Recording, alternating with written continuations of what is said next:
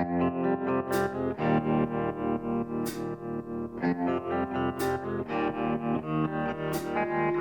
listening to the Hazard Ground Podcast, with service members from across the military sharing their stories of combat and survival.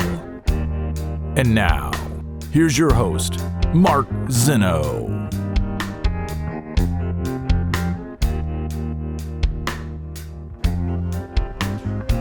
Welcome into the Hazard Ground Podcast. As always, we appreciate you joining us each and every week. Before we get to this week's guest, who is a former pilot who spent nearly 36 years in uniform in some of the most notable battles throughout the War on Terror and beyond. We'll get to that in just a moment. Our normal reminders, guys, please give us a follow on all the social media sites, Facebook, Twitter, and Instagram, at Hazard Ground Podcast. Keep up with the show. We'll take feedback there as well. Whether you like the show, love the show, whatever it may be, just hit us up there. Of course, you can always email your guest suggestions to producer@hazardground.com. We will take guest suggestions there. We love hearing from you guys as well. Continue to leave Apple reviews. We need those very much to continue to help grow the show.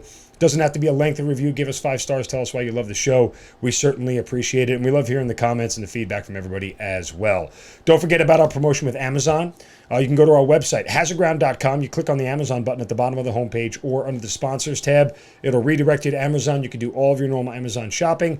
We get a percentage of what you guys spend, and then we donate a percentage of that back to some of the charities and organizations you've heard featured here on the Hazard Ground. It's a great way for you guys to help out veterans charities all across America without even getting off your couch. And same from your smartphone, it will redirect it to the app, so it's really easy and convenient. And then, of course, finally, subscribe to our YouTube channel where you can watch all of these Hazard Ground episodes as well, and continue to leave comments there on our YouTube channel as well. All right, let's get to this week's guest. This is a story that I'm really excited to tell. He spent nearly 36 years in uniform as a pilot and a warrant officer.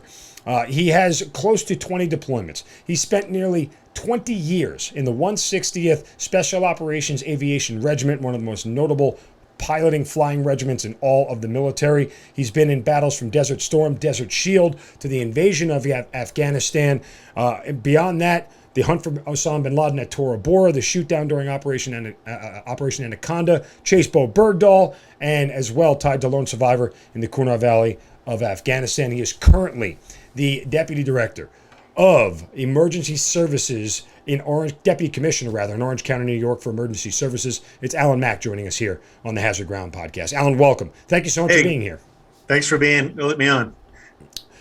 Look, the introduction says it all. There is so much to get to here that I am curious about. And it is amazing that you have been, fortunate is the right word, to be able to be part of the invasion, Operation Anaconda, Bo Bergdahl, lone survivor. Like, these are some of the most notable parts of the global war on terror, and somehow you've touched them all. When you look back, is it just luck? Being in SOAR obviously makes you one of the limited number of people who has the skill set for these jobs. But still, even there are guys who have been in the regiment that long who don't get all of those assignments.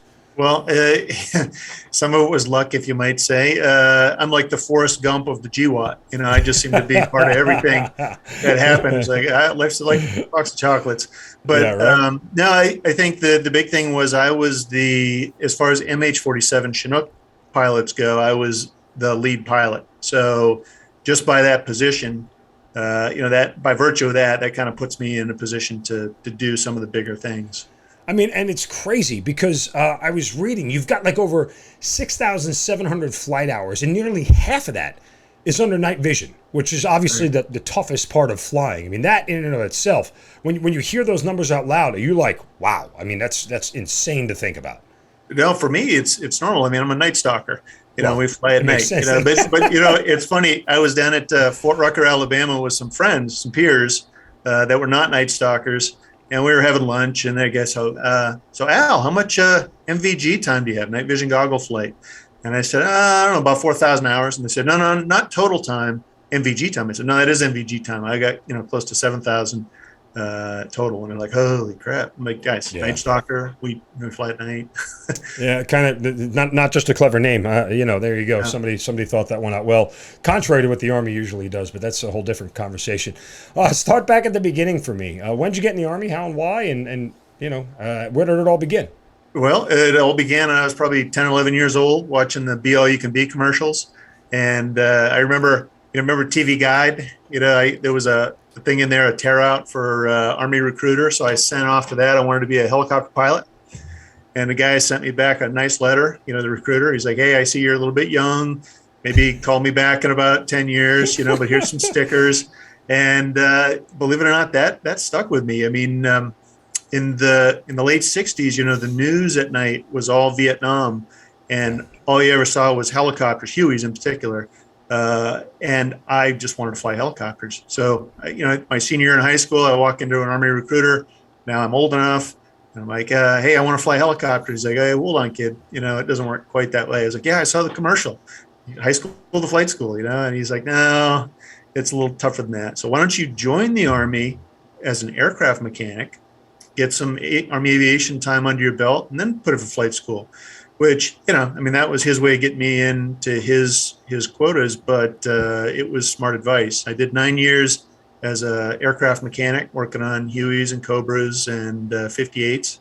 And when it came time, I was in Germany, West Germany at the time, in the mid 80s. And I put in for flight school, and I decided if I got picked up, I'd stay in the Army. And if I didn't, I would get out, because that was about the 9-year mark, 2 kids, that kind of thing. And I got picked up, and off I went to flight school.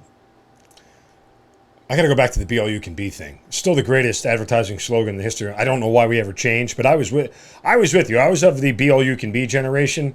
And I always say, I remarked about, I had gotten off active duty just prior to 9/11. I've spent the rest of my career in the Guard, but that was one of my reasons. I'm like, this wasn't the brochure. Like, sitting in the middle of Fort Hood doing nothing, picking my underwear out of my crack all day long in the heat wasn't like what Be All You Can Be felt like. I wanted to go somewhere. I wanted to do something.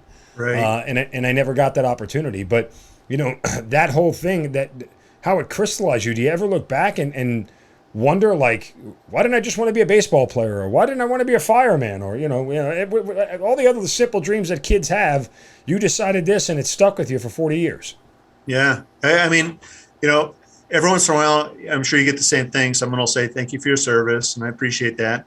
But, I don't have a good response for that other than, well, thanks. I enjoyed almost all of it, and I did. I mean, I really, the people were the best part of the whole thing, and that's always one of the questions, what do you miss about it? And it isn't the flying, it isn't even the missions as much as the people that I got to work with.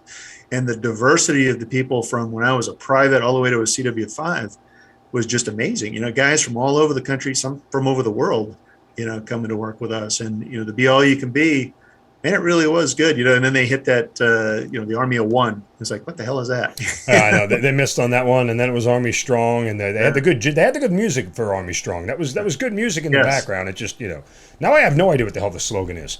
Please sign up. We need you, because we can't recruit anybody anymore. I think that's the new slogan, which is, again, a whole different conversation as to why we're having recruiting troubles, but different conversation for a different day. All right, so you end up getting to flight school.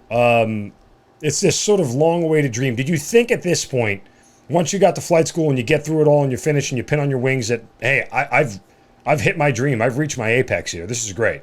Yeah, I did actually. I was like, all right, I'm a pilot. And what was funny is I always wanted to fly Hueys. So you get into flight school and everybody thinks that you get to pick your track, your flight. Sometimes you do, sometimes you don't. Sometimes they shove it down your throat based on the needs of the Army. And in my case, they were like, I was in a class of 75 people, and which was the norm at the time. That was 1989. And I was lucky enough that the Army Chinook population was all retiring at the same time, right? So the Chinooks in Vietnam were kind of a reward for somebody who'd done a tour or two flying, slick Hueys or gunships or something like that. You got to fly Chinooks, so you weren't necessarily doing assault. You were in Vietnam, but you weren't doing assault. So here I am in flight school, and I'm like, all right, I get Hueys. I'm going to go do, air assault. I'm going to, take down the bad guys, that kind of thing. And they needed 2 Chinook pilots, W1s, which was very, very rare back in those days. So they took the number 1 and 2 grade point average, which I was lucky enough to be the honor grad. And it was one of those things, I guess, that was the only metric they had in flight school was, well, what's his grade point? So I end up in Chinooks and I'm pissed. It's like, what do you mean Chinooks? I'm going to fly from airport to airport, hauling cargo. I want to do assaults. And the funny thing is once I got into Chinooks, I really enjoyed it. And I ended up in Savannah, Georgia, like, I don't know, 3 weeks before Saddam invaded Kuwait. And so he invades Kuwait. We get notified we're going to go over for Desert Shield. So they've got to train me up as fast as they can because I'm the newest co-pilot. And our aircraft got shipped over on a boat, a nice slow boat, doing like 10 miles an hour. And we followed on a while after that. And I got to do some really interesting things. We were not flying airport to airport. Now, there was no assaults in this. I was with the 159th out of, Savannah. Our headquarters was out of Bragg. And we did a lot of important resupplies out to the western flank when the big, the big left hook happened, with Schwarzkopf's little plan for Desert Storm. Yep. And what was interesting for me is as a young guy, I qualified night vision goggles. And at that time, the Army was espousing, we own the night, and they did not. Most of the pilots were not night vision goggle qualified. And if they were afraid to fly them. These were all older guys. So here I am, I'm in my 20s, ready to go. So they just flew me every chance they got, So I was one of the primary crews just because I was willing to fly NBGs. That's amazing. I have to ask you about your time as a aircraft mechanic. Mm-hmm. Do you think you were a better pilot because of your time as a mechanic? I mean, obviously, look, as a pilot, you have to learn how the helicopter works. You have to know, if something breaks in his alarm, you have to know what's going on inside the engine. But not all you guys, correct me if I'm wrong, pilots aren't trained to be mechanics. They have somebody for that. It's a different level of cognizant understanding. It's like, I'm not a mechanic. I can know when my brakes in my car don't sound right, but that doesn't mean I can replace the brakes. So how much better of a pilot did it make you? For me, it made me a much better pilot. In the first area, it was because in flight school, especially because I learned in Hueys, right? I didn't learn in TH-55s. We were one of the first classes in multitrack. When guys were having to learn systems, I could focus on airspace or something. So as guys were worrying about how the engines work or the transmissions or the hydraulics, I already knew. So I could focus on, aeromedical stuff, hypoxia and, exogenous factors, like how medicines affect you and altitude. I could learn about weather. And so that's why my grade point average was higher than the other guys, is I could study things I already, they had to study stuff I knew. Right. And I got the thing. And then the other thing it did for me is later on as an instructor pilot, especially later on in Operation Anaconda, quite frankly, when I was shot down, the understanding of how an aircraft actually works, what each system actually does, not just the end result, but how it works, pretty much helped me land that aircraft. That's amazing. All right. So you're being thrust into this combat mission here in Desert Storm. Is there a part of you that thinks back to that 9-year-old and is like, "Hey man, this is what we're doing. This is us. This is what we got here for." Yeah. I mean, we were.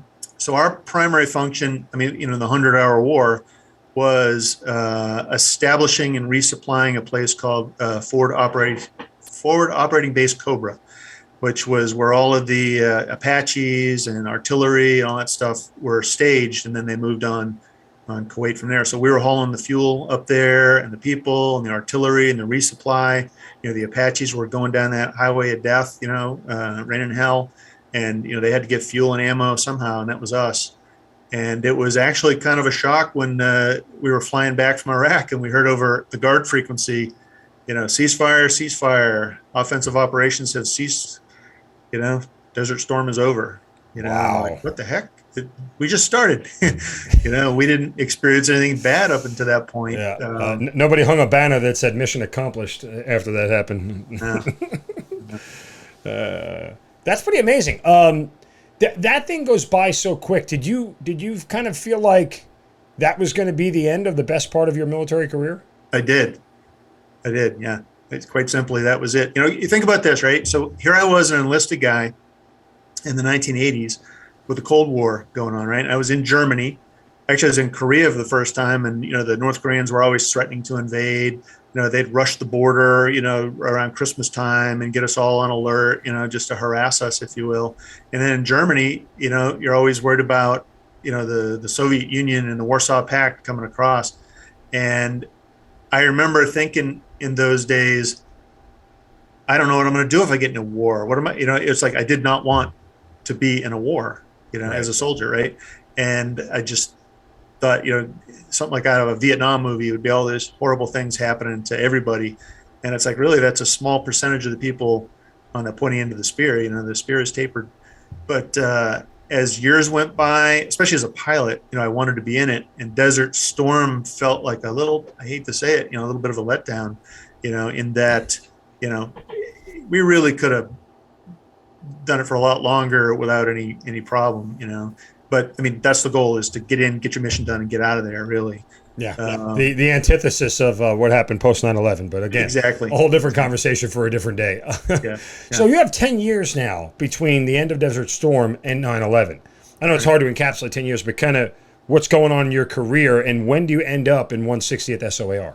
Okay, it's pretty simple. So we come back from Desert Storm, and remember I said that I was one of the primary MVG crews. So the Army, learning that it did not own the night because they, damaged a lot of aircraft running into sand dunes in Saudi Arabia during Desert Shield, put an emphasis on night flying. So you need night crews for that. So out of 16 ship company, there's only 6 of us that are, maintain our currency with MVGs.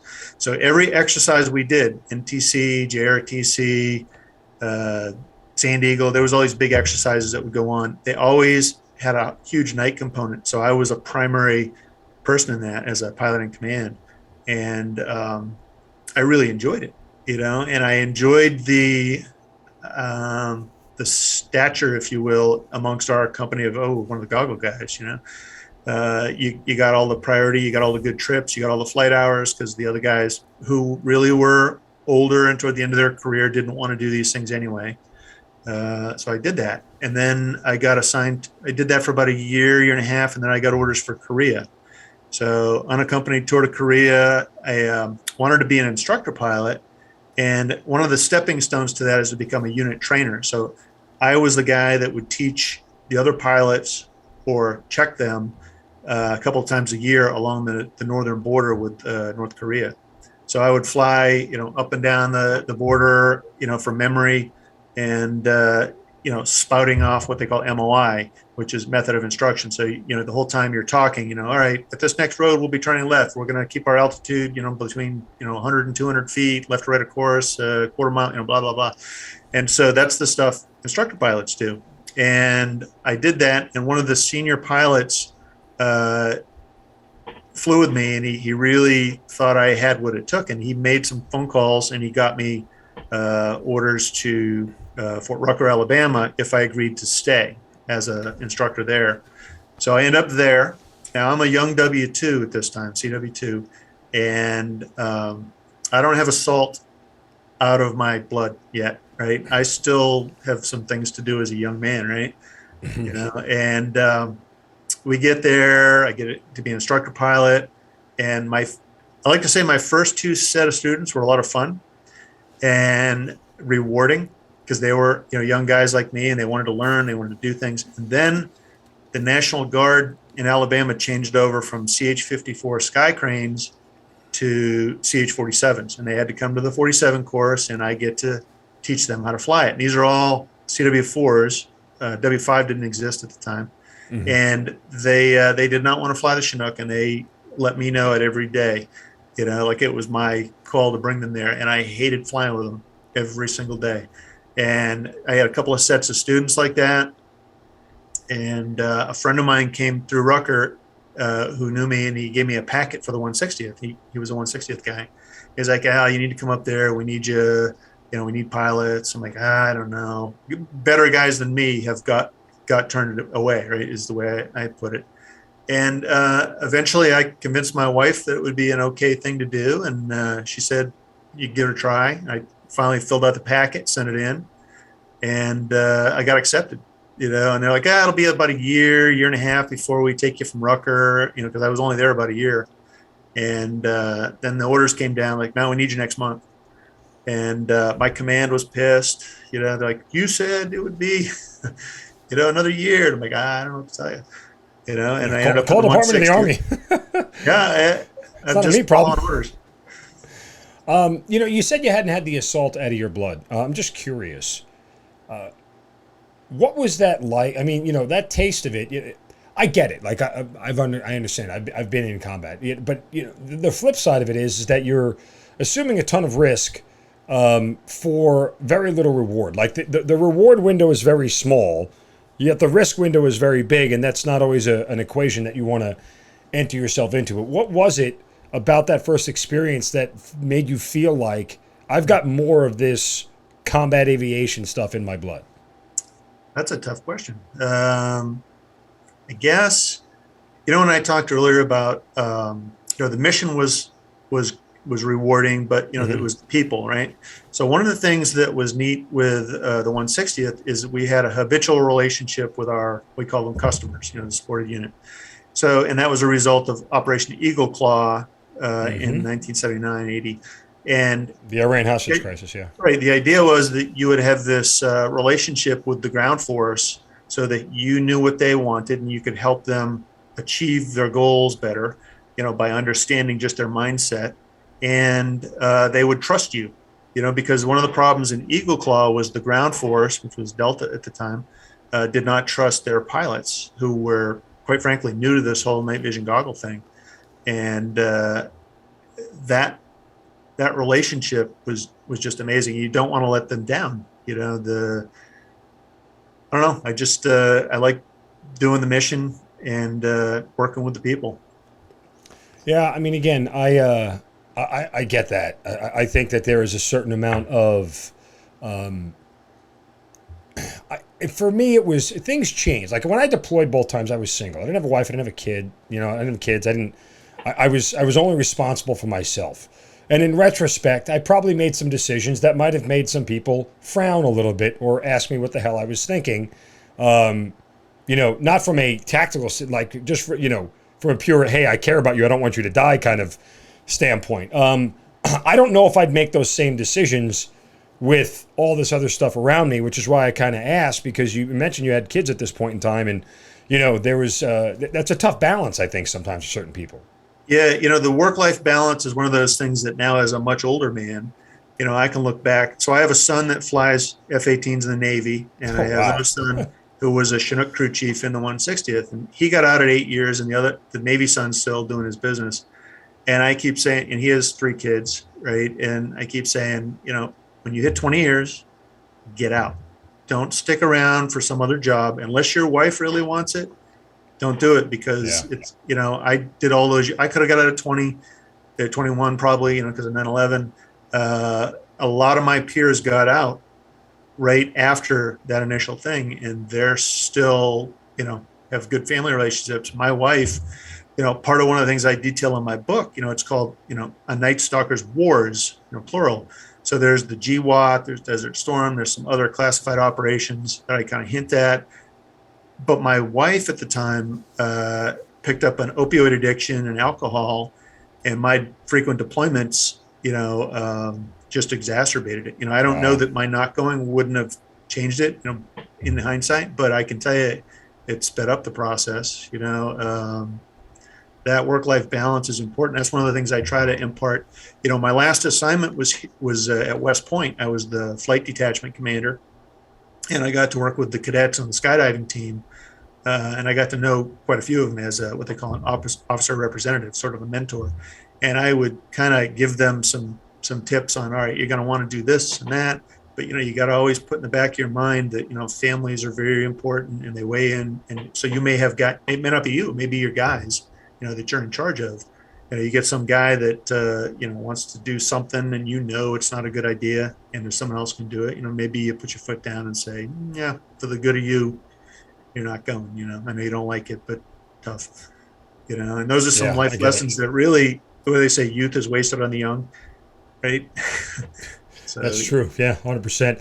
And I apologize. I did forget this in the intro, folks, but I have to mention this because we're going to talk about it. But Razor 03, A Night Stalker's Wars is the book that you wrote.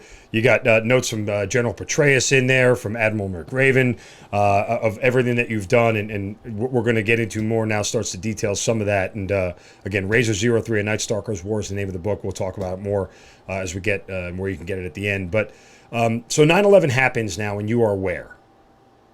So we're at Fort Polk, Louisiana, doing an exercise with 5th Group. Okay. Yeah, and I was flying a night flight, doing a riverine infill, like putting Zodiacs in, and they would link up with some Navy SOC-R boats on the river. Then they'd go upriver and do some kind of an assault in the jungle, if you will. And terrible rainy night. We get back to the barracks, take a hot shower, go to bed. Next morning, we're in these National Guard barracks, which, they're like cinder block, tile floor. So, you drop a pin on the other end of the hallway and you're waking up the guys on the other end. And I'm hearing all this commotion in the hallway. And, I get up and I'm one of the senior guys. And I'm like, hey, shut up. We're trying to sleep. And they're like, you got to turn on the news, right? So I turn on the TV and, the first tower had been hit. I'm like, oh, wow, that guy screwed up, because, the Empire State Building had been hit before, like in the 30s, I think. And, it's one of those things. But I was like, well, that's an awful big hole. That's no private plane. That's something wrong, and I get a cup of coffee and I'm watching, and all of a sudden the second plane comes in, and it's like, now it's obvious. This is not an accident. And, wow, that was... it's almost indescribable, that feeling, anybody that watched that, what a terrible thing. Yeah, unreal. So being in the 160th at this point, you have to know that you're out the door here rather quickly. I mean, what are you hearing in the days after 9/11, and what is likely going to be your next move, your next assignment, and how bad are you guys itching to get out the door? Well, at this stage of the game, we don't, we're at Fort Polk, so we have none of our secure communications or any of that kind of stuff. And we don't know what happened. We just know we'll probably be part of the response. So what ironically, like 2 weeks before, I got sucked across the street from my company position where I was the chief pilot in the SIP to battalion. So now I'm the chief pilot of 2 companies instead of 1, but I work for the colonel, not the majors that are actually fighting the war. So I feel like I'm out of the fight. I'm not going to be part of this. I'll be part of the staff. And so the colonel and I, the battalion commander, we rent a car down there in Louisiana. We drive back to Campbell because there's nothing flying. And we get a rundown on what's been going on. And the next day, I'm on a 15-passenger van headed for Tampa. It's like a 12-hour drive from Campbell. We got the couple of S2 guys. There's me, a logistics guy. We get down there, we get a brief on what's going on. And I'm at SOCCENT headquarters, so Special Operations Command CENTCOM at MacDill. And everything is compartmentalized, which is, it plays into the story later on, because 5th Group was one room over planning their UW campaign. And they had no contact with any helicopter people, so they didn't understand the limitations with the Hindu Kush and the weather and all that kind of stuff, which came into play later on. But here I am down at Tampa, planning what we call personnel recovery. So the idea at this point, there is no special operations fight that we know of at this time. It's all conventional bombing, and if an air crew goes down, our responsibility would be to go rescue them with Air Force BJs. And there was a big fight between us and 2nd Battalion with our 3rd Battalion, because there was an exercise in Egypt, I think, maybe Bright Star or something like that, that was going on. And we wanted to maintain the image that we could do our exercises with our partners, that commitment, and fight a war. So the argument was, does 2nd Battalion go or 3rd Battalion? And the difference is airframes. The 2nd Battalion has MH-47 Echoes, which has a terrain following radar and some other interesting equipment. And the 47 Delta that they had was an older version that had a weather radar but no terrain following radar, which had they been selected for our mission, guts or not, there's no way they could have completed it, because we had to use the radar to do our business. So we're down there. it's considered so secret. I can't call back on it was a Stu 3 at the time. It wasn't a high enough classification, and we didn't have the red lines at the company back then.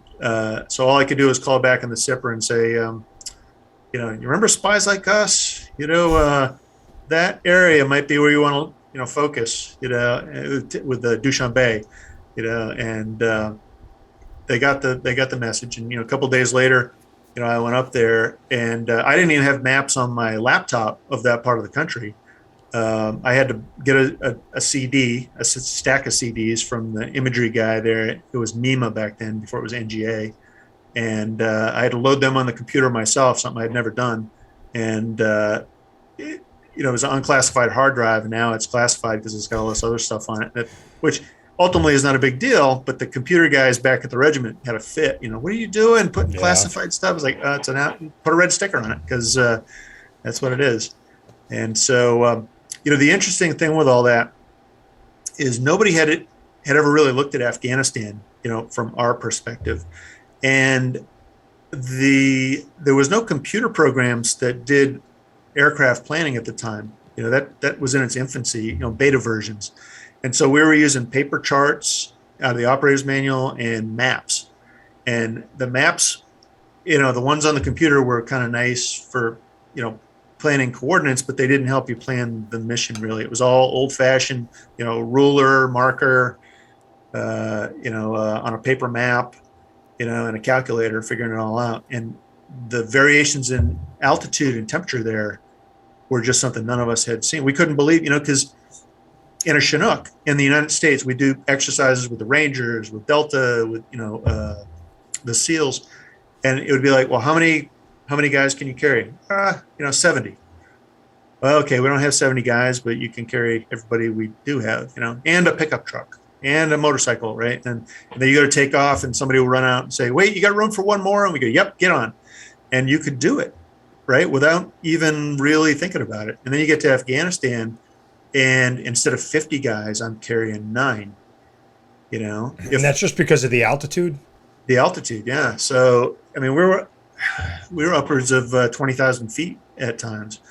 And the thing is, everybody was trained to put whatever they want on a Chinook. So when, my very first mission was the Horse Soldiers, ODA 595.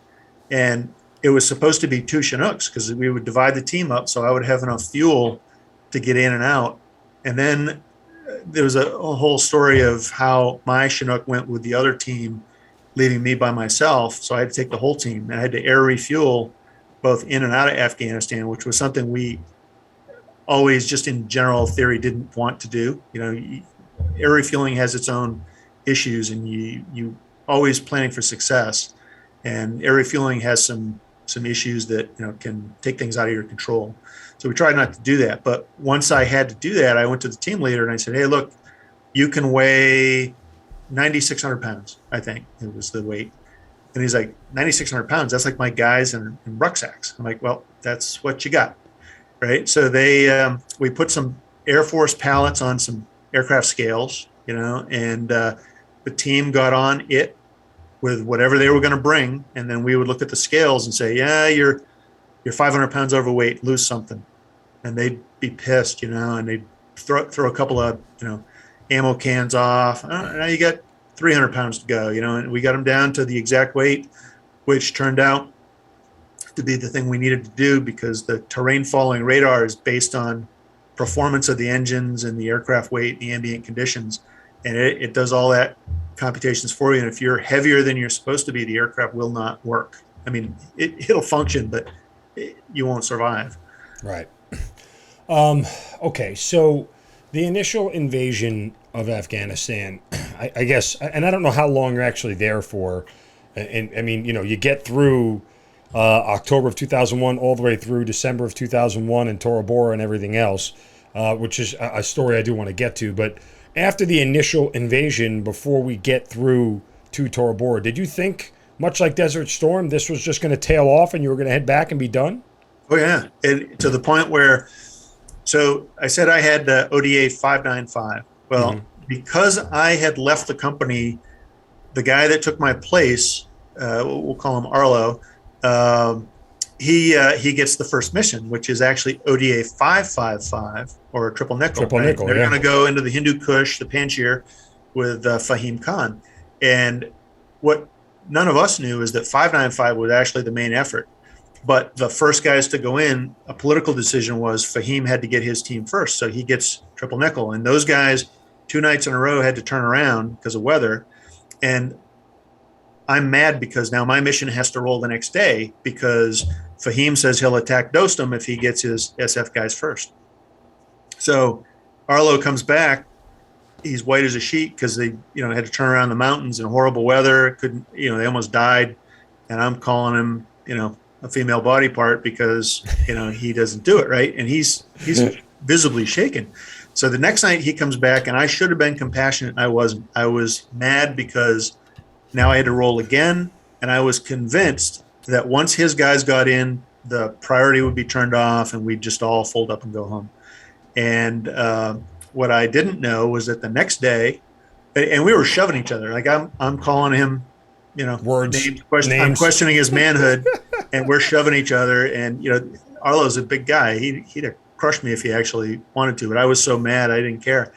And the next day, Donald Rumsfeld calls the planning area while we're all asleep, and says, "You get those teams in, both of them tonight. Period." And hangs up the phone. So we get up. We walk in. Who took that call? Yeah, you just who actually answered that phone? There was a major. He doesn't want me to use his name. No, I wouldn't either. But so he's alone. He's the day guy, right? He's just the battle captain, if you will. But he's a major, and he answers the phone, and he says it went like this. A woman on the other end said, "Please hold for the secretary." And he's like, "What secretary?" This is Donald Rumsfeld. Who am I talking to? This is Major H. He's like, "You tell Mulholland to get those teams in tonight."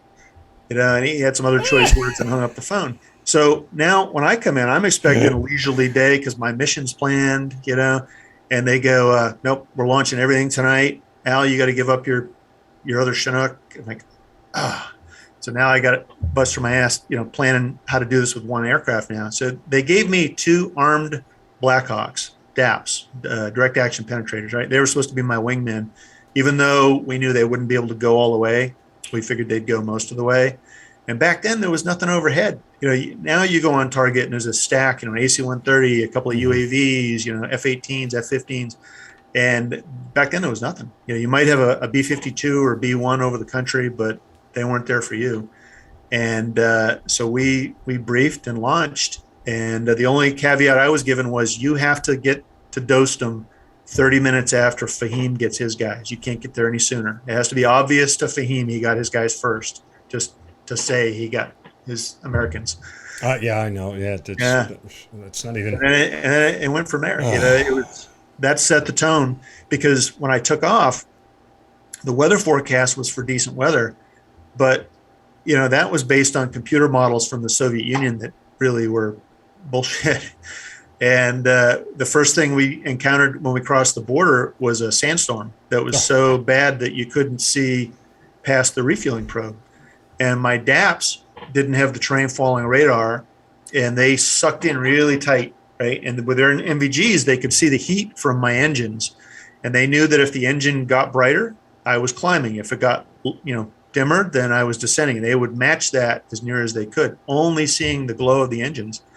I mean, it's impressive. Guts will only get you so far, if you hit a mountain.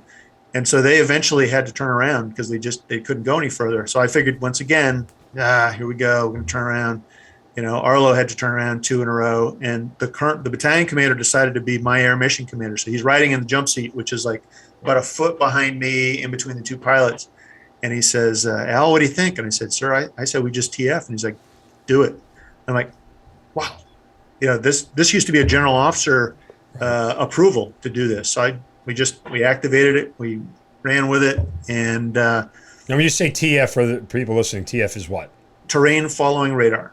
Okay. So you'll hear it referred to as TFTA, terrain following, terrain avoidance.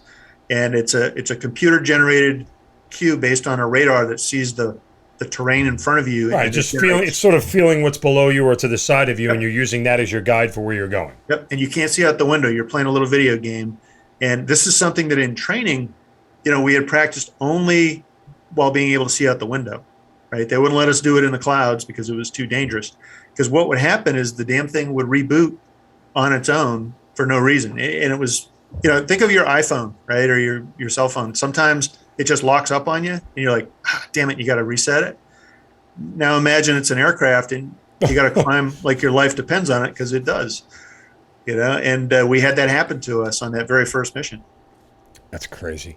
Yeah. All right. So we moved to December of 2001 and Tora Bora is there. And this is the closest we had gotten to catching bin Laden prior to actually getting bin Laden 10 years later.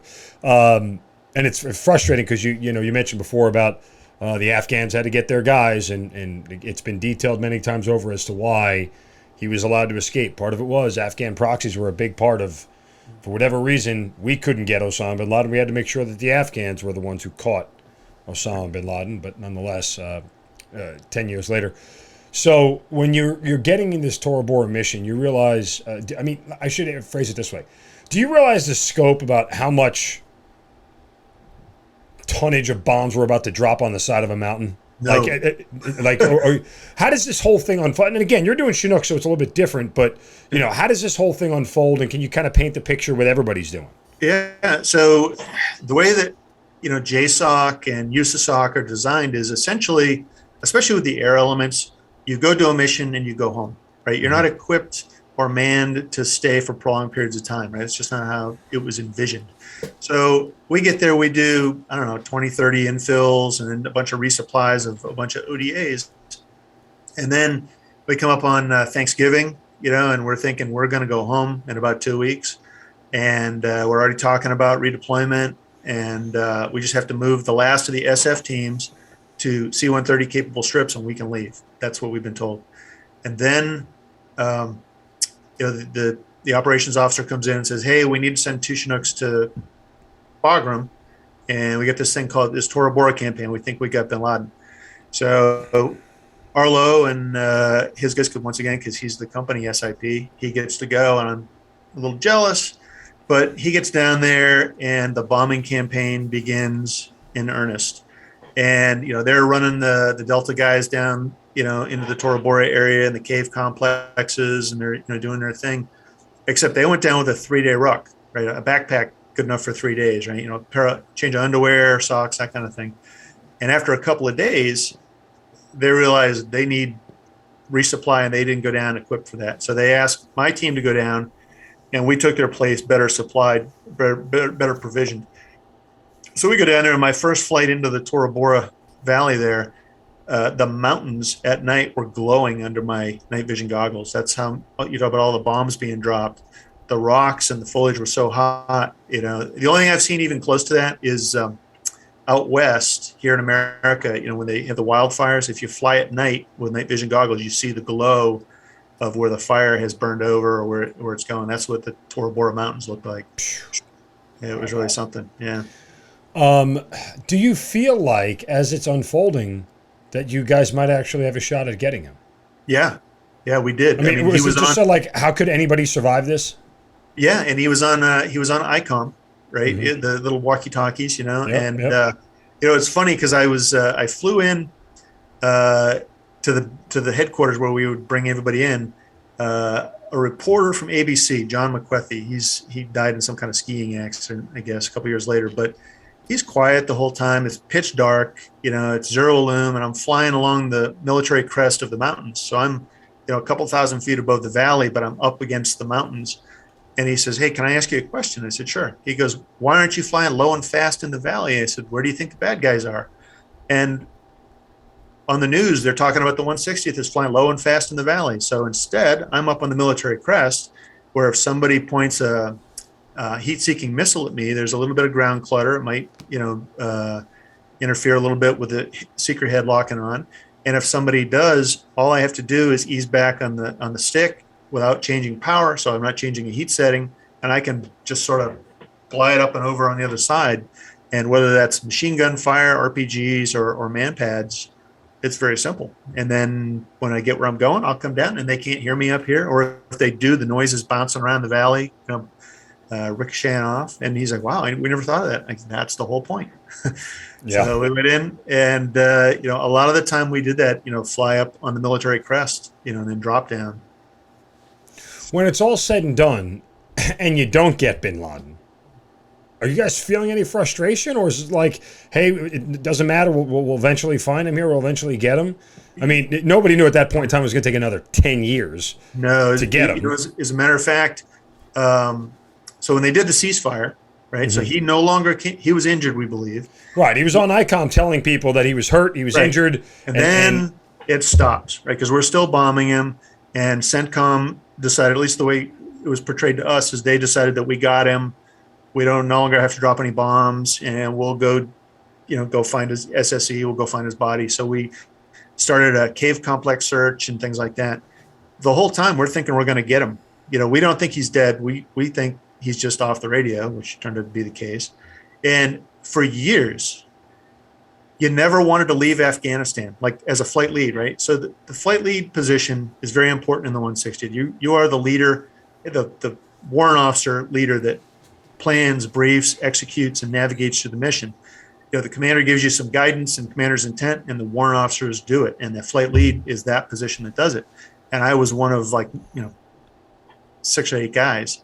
And so the chances of me being one of the guys to get bin Laden was great. I did several missions where we thought we had him, and they, a dry hole, or it was somebody else. But when you left, you'd be like, all right, Al, your replacement's coming in. It's like, we think bin Laden's here or here. And it was always just over the border in Pakistan. So he was kind of where we were looking the whole time. I mean, not the specific building, but certainly, 1 or 2 areas that we had focused on the whole time. And you always thought that the guy that replaced you was going to get him, right? For years. And I stayed a couple of times when somebody had a delay. One guy his wife had a baby, and he's like, hey, Al, can you stay, a couple of weeks? I said, tell you what, I'll give me 2 months. I'll take 2 months for you. Right. Because I thought we were going to get him. Right. And of course, my wife is saying it's okay. But what I don't realize is that it's taken a toll that. Well, that's what I wanted to ask you. So at this point in time, when you get through the end of the invasion into 2002, you've been in for how many years now? Well, 21 or 22. Okay. I guess. So at no point in time, though, did you ever think that you were done? Like, there was not an inkling of, you talked about that I had more assault in me. Did you feel at any point in time that your assault guy, that part of you was waning? Not at that time. No, it was a couple of years, actually, before that started to take effect. All right. And you mentioned everything that's going on at home. I mean, are your kids, are you able to talk to them at least at that point in time? Like, are you able to have conversations? Do they give you any hint, hey, mom's not doing well, something's going on? No, there's a whole dynamic there that people who live with alcoholics are the only ones that could probably understand, or opioid addictions. In that, so what happened was I got shot down in Operation Anaconda. The news reported 2 Chinooks down, 8 people dead. And, I'm the flight leader of a team of 2 Chinooks with 8 crew members. And there's a 50% chance that's my team in my wife's view, right? And I did have an opportunity when I got rescued. I was in Gardez. This agency guys gave me an opportunity to use their cell phone, their sat phone, to call my wife. They said, hey, you might want to call your wife, tell her you're okay. It's about to hit the news. I'm like, I can't. If I do that, they'll know who's dead, and for the greater good, at my wife's sacrifice emotionally, I didn't call to tell her that I was alive, so for a couple of days, 2 days at least, she thought I could be the one that was dead because the word. Do you regret that? What's that? Do you regret that? No, Why? It couldn't be the other way. Because when I was in Desert Storm, we had a fatality. Our commander and SIP ran into an unlit antenna at the end of the conflict and died. And everybody on the aircraft but the door gunner died. And one of the captains, who was a staff guy, called his wife and said, hey, it's not me. He didn't say who it was, but the wives will figure it out pretty quick. And before they were officially notified the right way, people knew who was dead. And I wasn't going to allow that to happen because I was alive. I thought, my wife will understand. She's been in the Army with me all these years. She'll understand that the people who died need to be notified the right way. So I probably wouldn't have changed it. Although I say that, I came up with a procedure after that. I call it sick days. So if something happens that will make the news, me, my sons, my now stepson, who's an infantryman at Campbell, have a code word. We just say, hey, I used a sick day, which means you're going to see something in the news. It wasn't me. I'm fine. And so that developed from there. And that actually worked. Actually, funny thing, my stepson calls. He's in Afghanistan a couple of years ago, and he calls home. He gets my wife, and he says, hey, Mom, used a sick day. Got to go. Bye. And she talks to me. She's like, oh, my God, he's sick. Did he see a doctor? She's all upset. I'm like, sick day. I said, turn on the news real quick, right? And it was a big attack. He was attached to an ODA as a regular infantryman. And I'm like, he was there, but he's okay. And she says, well, how do you know? I said, because he used a sick day. I said, I've explained this to you. This is our code word. Great. So I might have done something like that, but I just couldn't have done it. But because I didn't do that, she never forgave me. And from there on out, things just went slowly downhill emotionally for her. But she would tell the kids, you can't tell Dad I'm having problems. And the neighbors and the other wives, nobody told me what was going on. It took a while for me to kind of figure out, and then some of it was my own desire to keep going. It's. So do you take any responsibility for that? Do you feel any guilt for it? Yes, I do. Because, you ever asked for something you knew wasn't right, like you wanted something and, your mother, your friend, your girlfriend, whatever, your wife, they don't want you to do it, but you really want them to let you do it. And in this case, she would tell me, if you don't stay, if you quit, that means I'm the one that made that happen. I will be a failure. And that's a whole long story in itself. Right. And I would kind of was being manipulated, essentially I was an enabler, which, I kind of knew it was happening. I didn't learn about that stuff until much later, but yeah, I mean, it was tough. I kind of knew stuff was going on, but I didn't think it was that bad. And we always thought we're going to get bin Laden next month. It's all over and we're done, or, the other side of that is, I didn't take care of myself in a lot of ways. Maybe it was the dentist or, my back, I have back problems because I honestly, there was a couple of years where I didn't expect to live. I didn't expect to survive. We were doing some things with the aircraft and with the customers that, the risk was very, very high, based on the target sets. And so I kind of, made sure I spent, when I was home, quality time with the kids and my wife and try to make up for that. So if I didn't survive, there would be these memories that we made, and, even it came to like, running up the bills, credit card bills. It's like, hey, we're going to go to Disney World. Oh, we can't really afford it. Sure we can, and just throw it on the credit and know that if something, we'll pay it off if I live. And if not, well, you'll get insurance. We'll pay it off if I'm dead. Yeah, we'll pay it off either way. Yeah. And that's kind of a morbid way of looking at it, but it's what it was. No, you have to come to grips with your own mortality if you're going to survive combat. There's no other way. You'll drive yourself insane. The anxiety and the nerves of not understanding what death is and how it's going to impact you, and then foregoing your own existence or at least your own safety for certain things is an inherent part of the job in combat. Yeah, there's a Latin saying, memento mori. Remember your mortality. Mm-hmm. And the idea is live life because you're going to die, it's a matter of when. And there are plenty of times, when we were chasing Bo Bergdahl, I have a favorite chapter in the book there where I talk about going after him, and the ground force, the command master chief comes to me, as the guy's out of Dam Neck, and he's like, Al, we got to go right to the door. You have to go to the door. This is not kill capture. This is hostage rescue. We got to get to the door. I'm like, okay. And we look at the imagery. It looks like there's a place to land. And as we walk out the door, the imagery guy comes up. He says, sir, I've reevaluated your landing area. It's too steep. You can't land there. It's like 20, 30 degree slope. I'm like, well, I think that's where they want to go, right? So I talked to the master chief. I'm like, hey, chief, I can't put you there. I got to put you about 500 meters away. And he's like, he'll be dead. If you do that, he'll be dead before we get to the door. Right. So I'm like, all right, I'll think of something, right? So the whole way I'm like thinking, what are we going to do? And we round this corner on a ridge line, and a laser comes down from the ISR platform, and you can see where I'm supposed to land. And it is the side of a hill. There's no way I'm landing on it. And the other pilot's flying. I say, hey, give me the controls. I'm going to do this landing, set the brakes. And he's like, well, what are you going to do? That's too steep. And I said, you guys ever hear of Sante?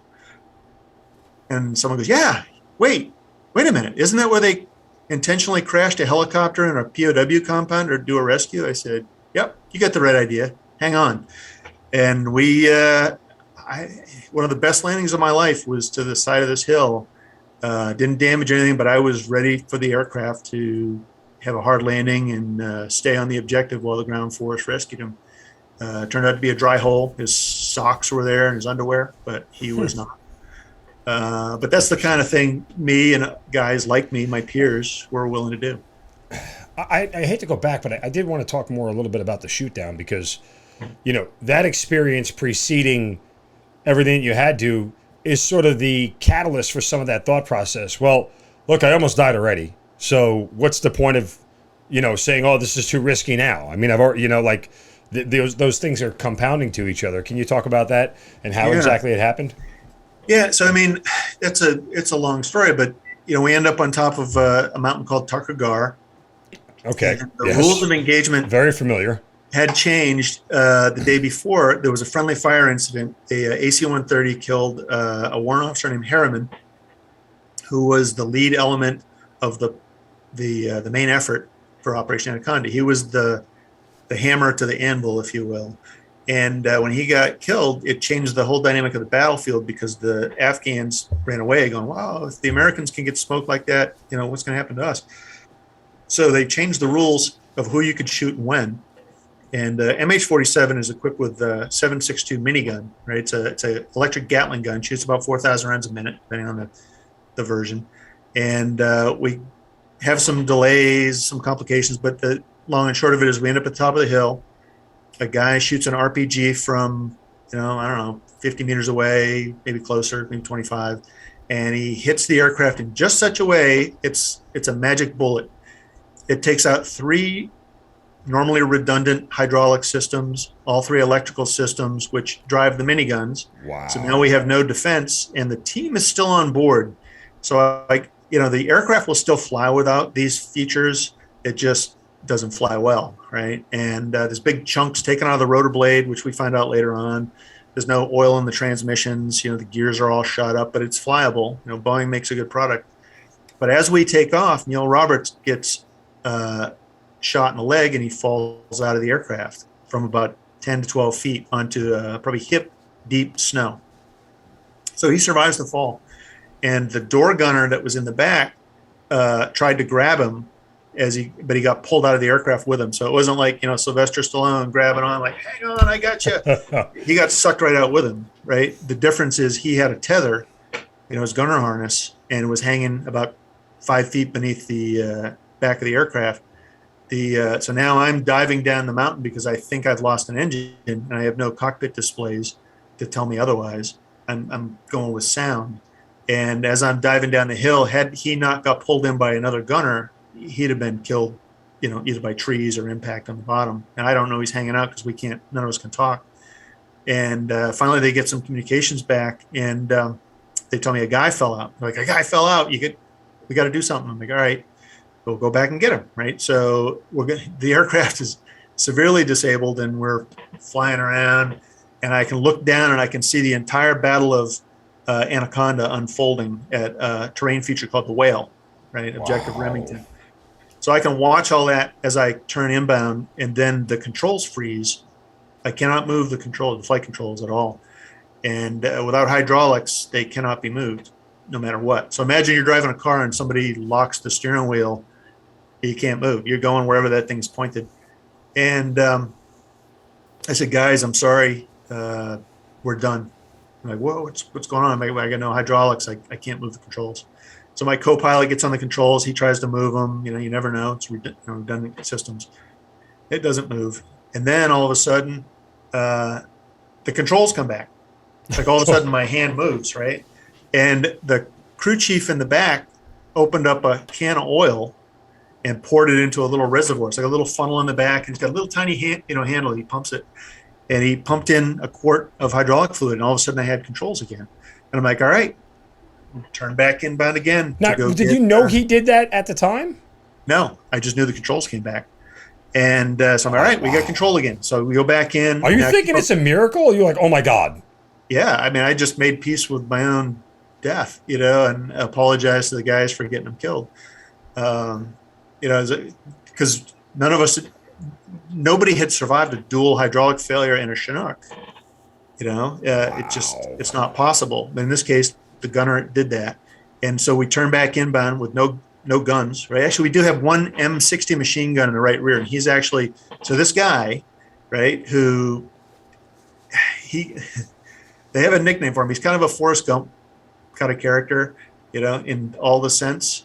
But man, he came through. He pulled up the crew chief that fell out. In the meantime, he returned fire with the M60 as we turned, and then he put the fluid in, and then he went back to returning fire from the one gun that was not electric. And then, so as we turn inbound, approximately 50 seconds later, 50, the controls lock up again. I'm like, sorry guys, and now we're headed right to the mountain. We're going to crash on the hill, and there's no way to survive this. And the controls come back. So it turns out what was happening was he had 3 cans of fluid, and each can lasted about 50 seconds, right? Because the holes in the hydraulics were on the return side. So every time I moved the controls, it pumped out fluid. So now I realize there's no way we're going to get on the ground with him. So instead, I banked to the left, started descent, and I'm hoping to land among friendly forces in Objective Remington, which is below us. How did he know to add hydraulic fluid if you couldn't talk to him? Well, by then he could talk. Okay. So the guys up front, the inability to talk turned out to be the RPG blast that came through the aircraft just knocked them silly. There was a big ball of flame in the back, and the guys were kind of like, a cartoon with the stars going in their head and blah, blah, blah. And then when they got their senses, they're like, all right, we're here, and then we could communicate. Gotcha. Okay. So you make the decision to try to land in hopefully friendly forces. What happens? Right. So now I realize that we're probably going to lose hydraulics again, and I won't be able to move the controls. So what I do is I set the aircraft at a speed and rate of descent that I believe that if I can't move the controls, we might survive if we don't hit something like an object, like a tree or something.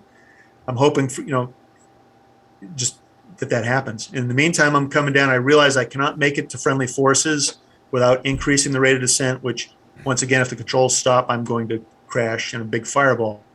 So I leave it where it is. And as we come in, maybe the last 50 feet of landing, the ground comes into view, and I can see that it's rolling terrain. There's no foliage on it except a little bit of grass and some dirt. And the controls freeze up for the final time. So I can't move the cyclic stick, which is between your legs, and that's what gives you directional control. And the aircraft started a slide uncommanded to the right. So now I know what's going to happen is it's going to slide into the hill to my right. We're going to roll over, we're going to explode, and we're all going to die. Mm-hmm. But there's a saying in aviation, never quit flying the aircraft. So I can't move that control, but I was able to push on the right pedal. So the right pedal made the nose turn like that, and I pointed now in the direction of the descent. So now if we hit the terrain, at least I'm going to hit it straight on. I won't roll. And I got one more push, and then I can't move the pedals. So I had basically one movement in each control axis. And then I lowered the power for that last, 10 feet. And we hit the ground at about a 20-degree upslope, 15 degrees left side low.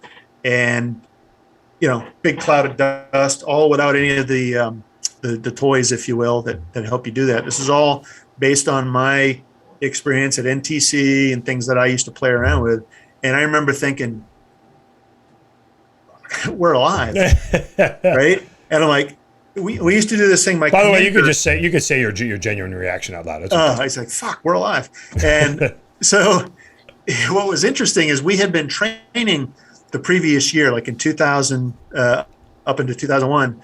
We were doing all these. Our commander was an ex-Delta guy that went to flight school, and he loved doing shoot down scenarios and putting us in the woods and doing what happens when you get down, right? Because everybody talks about it. He made us do it. We'd go out, in the middle of the night, shut down the aircraft. He said, all right, you're shot down. Here's the coordinates you got to go to, do it. And then he'd walk along with us and kind of coach us on how Delta Force guys would do it. Here's what we would do, okay. But anyway, we hit the ground. I realized we're alive. I pull the engine collision levers to stop. My co-pilot jams on the rotor brake to stop the rotors. And I go, another fucking Garst game. Ah, damn, I used his name. It's Gorst. Okay. You can change that. That'd be great. Yep. But then we did the actions that he had essentially helped us hone. I jettisoned my door. I got out. We got a head count. I still have the SEALs on board, -1. And then we come up with a couple of different plans to bring them back to the top of the mountain. My wingman comes back to get us about 45 minutes later, takes us back to Gardez, drops us off, reconfigures, and then takes them in. And that's where Britt, Slavinsky, and Chapman get the Medal of Honor. Oh, okay. Yeah. And so when Chapman gets it, Chapman got it during Roberts Ridge, no? So that's Roberts Ridge. Okay, so that is the Battle of Takur Ghar then. Yeah. Which, coincidentally enough, just a side note, that sort of became the impetus for this whole show that began 5 years ago, because I wondered how nobody knew that story. To me, that was the most amazing thing. We've had American Sniper and Lone Survivor and all this. Why has the Battle of Takur Ghar never been a movie? Why doesn't everybody know about that whole thing and how it unfolded and the different layers to it? And 19 Rangers stuck on a mountaintop for 20 hours, outnumbered by the Taliban by about 300. Several attempts to get a chopper up that high again without crashing it. It's Rangers climbing up the side of the mountain that took them about 8 hours to climb up the side of the mountain to finally get up there. Right. All the while, you got guys bleeding and dying out and trying to save them, and a Ranger captain who just fought his ass off for 20 hours. Yeah, you could do a couple of podcasts on that whole thing. I've been part of some discussions and with some Rangers and some SEALs and 160th guys and other government agencies that have provided me information that I did not have at the time. And it's like, wow, that was all going on, and the whole fog of war. And then I had to write down, a friend of mine was trying to figure out, why the confusion between Razor 1, Razor 2, 3, 4, like that kind of thing. Like there were 7 Razors, and why was Razor 1 shot down? I thought you were the lead. And it's like, yeah, I was the lead of my two aircraft element, Razor 3 and 4, and Razor 1 and 2 were the QRF. I was the HVT aircraft. I was supposed to be, we thought Zawahiri and bin Laden were present. So my job when Anaconda kicked off was if one of those 2 high-value targets showed up, I was the one that was going to take them down with the SEALs. Yeah. And when it became obvious that they weren't there, they retasked my SEALs and had me come down and put them in to call for fire on top of Takur Ghar, later named Roberts Ridge. So I had to write up a thing called Razors for Dummies because it talked about how all the aircraft switches and why they were trying to put refuel tanks on one and then didn't need to anymore. And it's a very complex situation. It was hard to actually write down because it was so fluid. Yeah, and you go from that to years later. You talk about chasing Bo Bergdahl, which is the complete antithesis of that mission, right? You're trying to save a guy who's lost there. Now you're chasing a guy who ran away. Right. Which. So can I say it? So go ahead. Here I work for the county, right? I work for the county executive. He's the chief elected official. And when he introduces me, he always goes on to say, oh, this is Alan Mack, 36 years Army, special operations pilot, got shot down in Anaconda. And then he goes on and I'm like, wait a minute. Yes, I was shot down in Anaconda. One of the things that I didn't say about Anaconda was up until that time, that's about 7 months in country. And I'd had a lot of stuff shot at me. And I mean, a lot of stuff, 23 millimeter RPGs, man pads. I had 2 man pads fired at me. And maybe it was a little arrogant to think that, if the enemy shot at me, that it would just, destroy me or whatever. And in this case, a short range RPG hit just the right spot that even when we had engineers come up from Fort Pickett, I think it is, and or Picatinny or whatever it is. They do all the armament, and they looked at it and they said, this aircraft should not have been disabled. There's no way with 3 different electrical systems and stuff. And they looked, and there was, the RPG did damage in some places. A 14.5 Dishka did damage, like hit the other electrical cables. It's like, what is the luck of this happening, And so anyway, I learned from this arrogance, or that I, was, going to be okay no matter what, and find out that no, maybe not. And what I learned from it was maybe a little tactical patience, a little imagination. And I'm the guy of all the flight leads in the 160th, particularly in the Chinook community. I'd like to think I had the most imagination to doing things in a way to be what I call predictably unpredictable. So you knew if you were on my team, Al's coming to be the flight lead this rotation. Everybody regretted it at first. Oh my God, Al's coming, because we're going to do everything the hard way. We're going to fly extra far to get around early warning networks. We're going to capitalize on bad weather so people can't see us. We're going to do it the hard way, And in doing so, I was never successfully engaged again without intending for it to happen. So those are my lesson learned there was that. And so as I went through the rest of my career, I used that whether I was fighting with the battalion commander or the ground force commander or some other element. I stuck my heels in and was like, I'm not giving in on this. This is how we're doing it. And I got my way almost every time. When I didn't, there were people who got hurt, and I took that to heart. And I fought with some people very senior to me, risking really. I didn't think about it at the time, but I really risked a lot of my career and reputation in doing the choices that I made. But they were all based on, the Anaconda, really. Sure.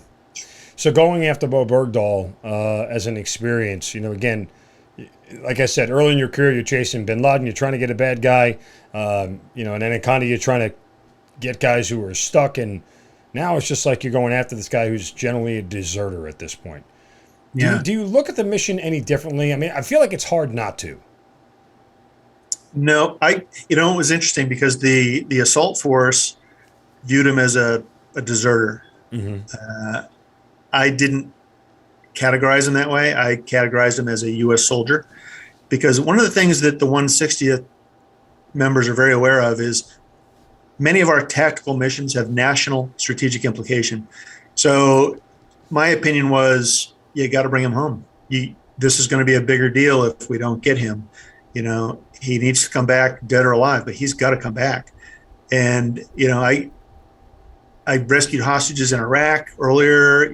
I went through a lot of trouble in Red Wings to bring Luttrell and then the Fallen home. Mm-hmm. And Bergdahl, I think that poor he's an idiot. When you look at what apparently transpired to get him to walk off that base. But I wasn't going to let him, die at the hands of the Taliban if I could help it. He was a U.S. soldier, moron or not. It's fair. You're a better person than me. It's because, as you just talked about, like, you weren't going to allow unnecessary risk to take place because that was your training. Part of me would have felt like this is an unnecessary risk. Well, it's risk versus reward. Right. It's not that I wouldn't do anything risky. It's that I'd try to find a creative way to, get around and problems. While I 100% agree about political implications and everything, but, I just wish that would be a two-way street, right? Because when you're getting shot at, nobody gives a shit about politics. That's never part of the equation. No one is trying to win a battle for some political implication. You're trying to win a battle to stay alive because you're in combat, and that's what's supposed to happen. We don't care what decision makers do in DC and everything else. But when decision makers make policy decisions based off of what we're able to do and what we're not able to do, or use us to be able to make policy decisions, that's a one-way street that doesn't fly with me. Pun intended, I guess, because I'm talking to a pilot. Yeah. But again, as somebody on the ground, I sometimes you don't have to make that distinguishment. I guess, I was never tasked with going to get somebody who ran away, so I never had to face that. But I was just kind of curious your thoughts. Yeah, and it's a series of complex emotions, and they do morph over time. It's kind of an oversimplification the way I describe it, because we were doing, well, I mean, we just did stuff. In Iraq, there was a place called Taji Triangle, right, where no airplanes were allowed to fly or helicopters because there was a man-pad threat. Well, by doing that, creating a geographic triangle where nobody could fly, it channelized the aircraft further into a place where they could get shot down easier instead of keeping the area open. And we would go in at night with the intention of disrupting and destroying that network, and we did it. But we'd fly into this area that people, my conventional peers said, "Why are you going in there? You get shot down." It's like, no, I'm going there so you won't get shot down. Maybe it's along the line of the PJs, that others may live, kind of thing. Right. Maybe right. You mentioned Lone Survivor in the Kunar Valley. What was your association with that? How did you fit into that whole mission? Yeah, so Red Wings was a Right. Marine Corps mission, right? Mhm. And they were going to use the Siege of SEALs to do a special reconnaissance of the area to try to find out, pattern of life and pin down where Ahmad Shah would be for the assault. And I can't remember how many Chinooks we had, 7 or 8 Chinooks there. There were 2 Echo models, which were the newer ones, and the rest were all Delta models out of Savannah, Georgia, right? These are the older aircraft. They could lift more because they didn't have all the special equipment, right? So my aircraft was more capable in getting through weather and terrain, but their aircraft could carry more if they could get where they were going, right? So the plan was that the Delta models would do Red Wings and the Echo models would be the QRF. Well, at that time, we would do QRF for about a week at a time, Quick Reaction Force. And Major Steve Reich and his guys were on that with the Delta models, and they were to come off in time to join the big fight for Red Wings, and I would assume QRF. So that morning, that it all happens, I walk into the talk, get my coffee, go sit down next to the colonel, look, and everybody is looking at the big monitors on the wall. I'm like, "What's going on, sir?" He's like, "Oh, we launched the QRF." I'm like, "But I'm the QRF today." And he's like, "Oh, they were already up. It was quicker just to send them." Like, and they're familiar with the area because really that was their mission. And so I watched it, and it was kind of uneventful until, of course, it wasn't. And I watched drinking coffee as Turbine 33 was shot out of the sky with an RPG. Oh my God! I mean, I was going to ask you about that. Like, how do you reconcile that when that's supposed to be your aircraft? That's supposed to be your job. Well, that's one of those things that after the fact, you could do. Really, about 2 weeks of that, I was a machine. There was no emotion. It was just, you got to succeed. So now I'm the QRF, right? The secondary. So I take the dam neck SEALs with me, and we run to the aircraft. We head to their area. It's daylight. I'm doing about 150 knots, which is about as fast as the aircraft can do with that kind of weight at those altitudes. And I'm just, once I get my cockpit duties tidied up, I'm quiet. I'm not telling anybody my feelings. I'm just thinking, what are we going to do when we get there? I mean, it's almost like that the Sante thing I was talking about. It's like, I know there's no place to land there. That's why they were fast roping. I can't fast rope to the same place. I'll get shot down as well. So now I'm trying to think of how I'm going to, is there a way that I can come up the valley and look for a alternate LZ that they can get off, out of the line of fire? But I don't know until I get there. And then, I may be 6 minutes out and I get diverted to Jalalabad, which is a nearby FOB. So they say, yeah, go there. We're going to come up with a better plan than you just, throwing guys at the fight, because we're still kind of deciding what's going on. So we get down there, and there's a lot of iterations, a lot of false starts. We might go, we won't go, and then as it gets dark, the weather rolls in, and that whole time frame, thunderstorms and clouds were a big deal, right? And that's why the Echo models were going to be the QRF, because we could get through all that weather and the Deltas couldn't. Well, somebody decided that they would just start Red Wings, a day earlier or whatever it was, and they flew down a bunch of Delta models and grabbed my SEALs, if you will, the guys that were my customers, and they made a run down the valley, and near Asadabad, FOB down the road, they ran into these incredible thunder showers and had to turn around.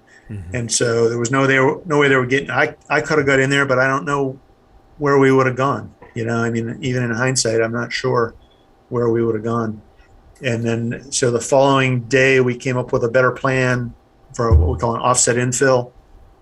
And we used 4 Chinooks, each being led by an Echo model, because we could get them through the weather. And then, they could carry more people. I'm carrying, 18 guys, he's carrying, 30, kind of thing. So the idea was to just get in there. But I was able to lead the guys in for that while they carried the guys. And then it was just a constant flow of bringing people in every night. We'd have a 15, 20-minute window of weather. We'd get in there. And, if they found a body, we would bring them out, and it was probably the worst flying of my life. And for those who don't know, so what happened after Marcus Luttrell and the other 3 SEALs who were attacked or were found during the recon mission, and Marcus Luttrell, if you've ever seen the movie, he goes to the top of the mountain, makes the call on the sat phone back, and then they send out a QRF team, and that MH-47 Chinook was shot down. It was a RPG that hit the transmission, and in that was Major Stephen Reich, who was the commander of the 160th, and Lieutenant Commander Eric Christensen, who was the commander of SEAL Team 10. So whoever was ready to go at that point in time is who they sent right out the door. And I don't know. I mean, how much survivor's guilt? I mean, was there? Because I say, fortunately, you're not on an aircraft, but in the back of your mind, you're going, that was my job. That should have been. Yeah, I got to tell you, and the question is, would I have done something different, right? Because of my experiences. Sure. But I got to tell you, they recovered some pieces of the aircraft, that we were going to give to the family members that, we weren't supposed to, but, there's like little pieces. And I remember a guy gave me, one of the Rangers gave me a little sheet metal bracket. I'd never seen it before. I knew it was part of the aircraft, but I didn't know what it belonged to. And I was like, hey, thanks, dude. I'll give this to Trey's wife, which is my NCO, was on that aircraft. And one day, like 2 or 3 days later, I'm in the aircraft. I drop a pencil in the cockpit. And you can't just bend over because the cyclic stick is in the way between your legs. You got body armor, ammo. So you kind of lean off to the side and kind of stretch your arm down and pick it up. And when I did that, I saw underneath where your feet go for the pedals, there's these 2 sheet metal tracks for your heels. And that bracket was underneath. And I saw it and I almost threw up. It dawned on me at the moment what that was and how violent that crash had to be. I mean, you've gone through all this, right? You've pushed yourself to the limit at this point in time. You have to do this recovery operation of all those people who were killed there. And you're dealing with all this stuff. Are you still somebody who's sitting here thinking, like, I got to keep going, I got to keep fighting? Because now you're at 30, almost 30 years. Well, but I mean, I kind of viewed myself as the village elder when it came to the 47 community in particular. Sure. And like, for example, at the end of Red Wings, so everybody's looking at me like, what are you going to do here, right? And when we found Luttrell, they sent the HH-60s to go get him, or at least that was the plan. And I had a fit, I was like, I'm going to go get him. I know the way in and out of that valley, and a 60 can't do it, right? It's too heavy. And they said, we stripped it down. There's no guns, there's no ammo, no armor. And I said, all right, fine. I'll plan the mission, because I still had to bring more Rangers in to find people we hadn't found yet. And we only had a 15, 20-minute window to do that once during the night. So I knew I had to do that. And the Air Force guys were like, hey, yeah, go for it, right? So I planned all the fires. I planned the egress, ingress, the timing. And then as they came out with him, I went in with more Rangers. And everybody was just kind of looking at me like, what are we doing? What are we doing? And I'm like, we're going to go get them, and here's how we're going to do it. There was a conventional unit we asked to help us out of the 18th Airborne Corps. And when I gave them a briefing of what we were doing, they politely declined and said, our guys aren't good enough for that. They don't have the skills. Like, they do have the skills. They just got to have the balls, and I'm sorry, it's a little emotional there, but no, it's when we got back, we did a memorial for everybody. It was at night, and I stood there like everybody else, very stoic and professional. And when I walked away, I went in between 2 bee huts in the shadows, and I just kind of knelt down and cried. It was rough. I can't even imagine. I mean, Don't know how you're not crying right now. Like it's A little bit. And we went home about 2 weeks later, and I had a crew chief with me that was on my aircraft, and we stopped in Amsterdam, and I bought him a beer. I was like, "Here's beer. We're almost home." And he goes, "Sir, I got to ask you." He goes, "I was scared shitless that first when we launched on the QRF." He goes, "I don't know how you did it." And I'm like, "Did what?" He goes, "You weren't scared." And I was like, "Well, hell, I wasn't." I said, "I didn't know what I was going to do." And he's like, "Well, you didn't let us know that. We didn't know. We were ready to follow you everywhere." And so that, sorry, no, that's the totally okay. That's what I could do. Was Well, I mean, look, it's got to be somewhat uplifting to hear them say, "I'd follow you anywhere." I mean, that's a big part of leadership, and knowing that those guys were to do that and they trusted you wholeheartedly with their lives, knowing how difficult the mission was and how scared that they were, and with no hesitation they said, "Hey, if Chief Mack's going, I'm going." And that while it doesn't bring anybody back, it certainly reminds you that the job you did for all the years that you did it was paying dividends with those around you. right. That said, and that's kind of where I felt it was hard to quit, and like I've got a chapter in my book where I said, should have quit. The title of the book originally was Couldn't Quit, and the publisher changed it. They're like, "No, a call sign's better." Like, all right, whatever. I don't care. But I should have quit. There was a point right around, I got another thing. I call it Bergdahl trips the scales, right? And that's where my wife went. Essentially, she went right down the drain, because what happened there is not only are we chasing him, but my replacement comes in. We haven't found him yet, and my replacement. I go down to Kandahar. I'm at customs, and I get a phone call. "Is there a CW5 Mack in the room?" It's like, "It's me," and that can't be good, right? So I go answer the phone, and it's the OIC at Sharana. He's like, "You got to come back. Your replacement had a heart attack and died." oh, And I'm like, "Oh," right. So I go back. They send a helicopter for me. I go back because we're still doing Bergdahl missions. Bouncing around trying to catch him. And I have to call my wife and say, "Hey, look, I know you thought I was coming home in 48 hours, but it's now 2 months because I got to do this guy's rotation." And she said, "All right, no problem." But it was a problem. And when I get back, they put me in the training company. Try to give me a break. And that's when I got to see, how bad it had gotten. And that's a whole different trail of stories. But that was kind of the point where I knew I was done, as far as deployments. Yeah. What was harder to deal with? Or I mean, you're still dealing with things with your wife, right? Because that's one of those things where if you had an addiction, it never goes away. You're living with it for the rest of your life. But you're living with some of the memories from Red Wings for the rest of your life as well. So does one weigh on you more than another? No, they all just in different ways blurs together. I mean, there's 23 names on the Night Stalker monument of guys that I either was, good work friends with or actually good friends with.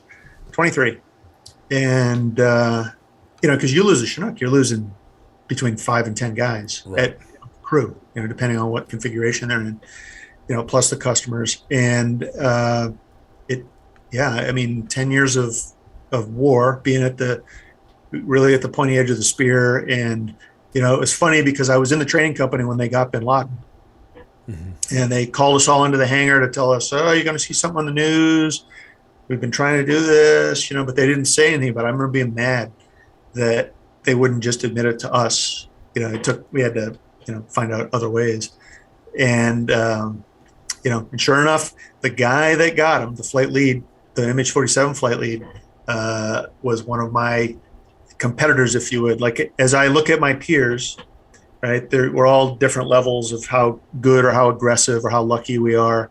Mm-hmm. And he was one of the guys that was essentially a younger me, in my opinion. So I always knew he was going to get him, but I thought it would be earlier, like in 2005, 2006, not, when he did.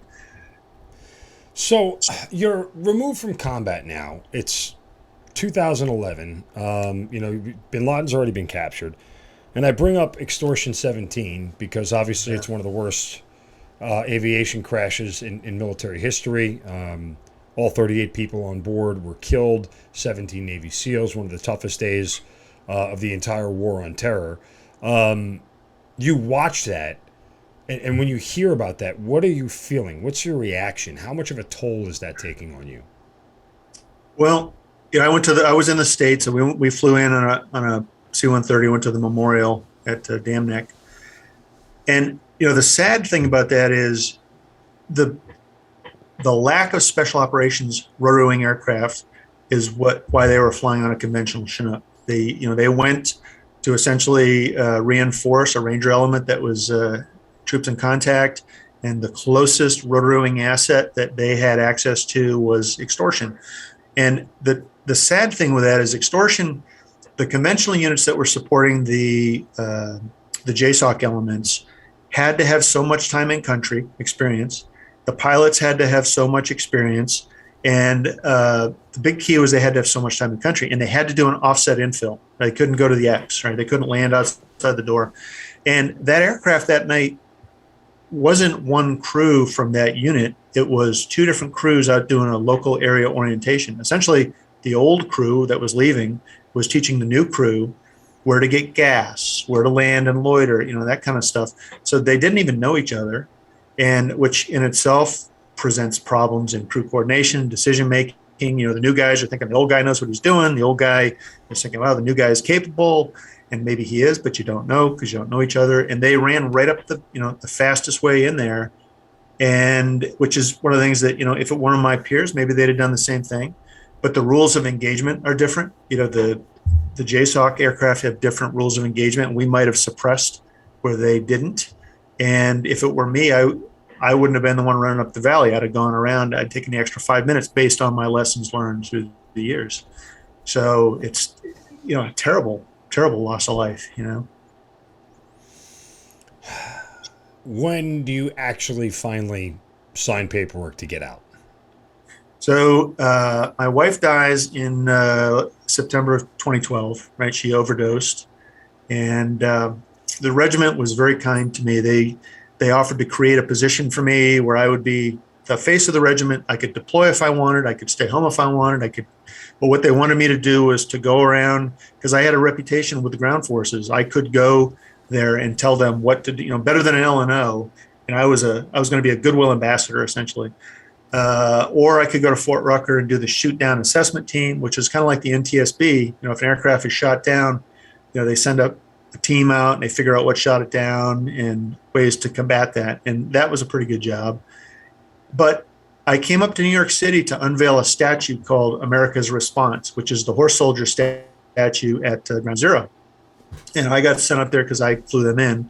And so me and Master Sergeant Elmore unveil the statue, and we go to some parties and things like that. And at the time, the West Point Flight Detachment commander position had an opening coming up, right? So it's a CW5 position, 2 UH-72 aircraft and 2 Cessna 182s. You fly the superintendent around, you fly the skydiving team, you fight fires, you do some stuff like that. It's a really cool assignment. And I get told, so here I'm in New York City. I'm like, you know what? Maybe this is where I can meet somebody, because, they're in Clarksville, the pool of women my age that aren't already married or haven't, been destroyed by their previous husbands, is kind of small. So I thought the pool of fish would be a little bigger up here. And so I put my name in the hat, and I was told by the General of Army Aviation I could have any job but that one, because it had previously had 2 Night Stalkers as the commander, and the regular Army wanted to get some other people in there. They thought we were kind of hogging it, which we probably were. Mm-hmm. But so I get there, and I buy a house. I meet my current wife, and things are going really well. And what really turned me around emotionally was the cadets, the West Point cadets that were firsties, the seniors on the jump team. The first day I went out to the drop zone, we had to do a safety brief at the beginning of the season. And these 2 cadets who are now Night Stalkers, flying 47s, are like, hey, sir, would you be our leadership mentor? I'm like, sure. I don't know what that entails, right? And I got to know them very well. They actually convinced me to skydive, which, I consider myself scared of heights. And, as a pilot, it's kind of funny, but they talked me into a tandem out of the UH-72 onto West Point, and I got the bug, actually got licensed with them. And so I fell in love up here, and the Army at my 3 years on assignment said, all right, you got to go back to the community. I was going to be General Cleveland's CW5, or at least I was in the running for that. Another guy accepted it. I turned it down and said I would retire. And I stayed here, and I ended up in emergency services. He was deputy commissioner. So it's almost like being in JSOC or other joint operations, like the police hate the fire guys hate the EMS guys until something happens. And everybody hates government. Got it. Right. But then something happens and they all work together. They all go have a beer afterwards. And then they start talking shit again, and they all hate each other again, and it's like, it's like the Army, the Navy, the Air Force. It's great, and I've had a good time with it. I hate to ask a loaded question, but I just kind of gauge emotionally where you are. Look, no, all loss of life in general, especially after you've been to combat, you look at it as something that's terrible. And for somebody who's used to being at the controls, literally and figuratively, you always feel like you're in a position where, if you have control, you'll be able to dictate an outcome.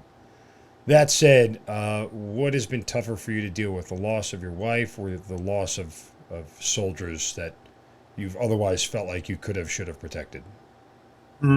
Probably my wife, actually, because she sort of signed up for the Army wife thing before the war. The other guys were in it. We were all participants. Mm-hmm.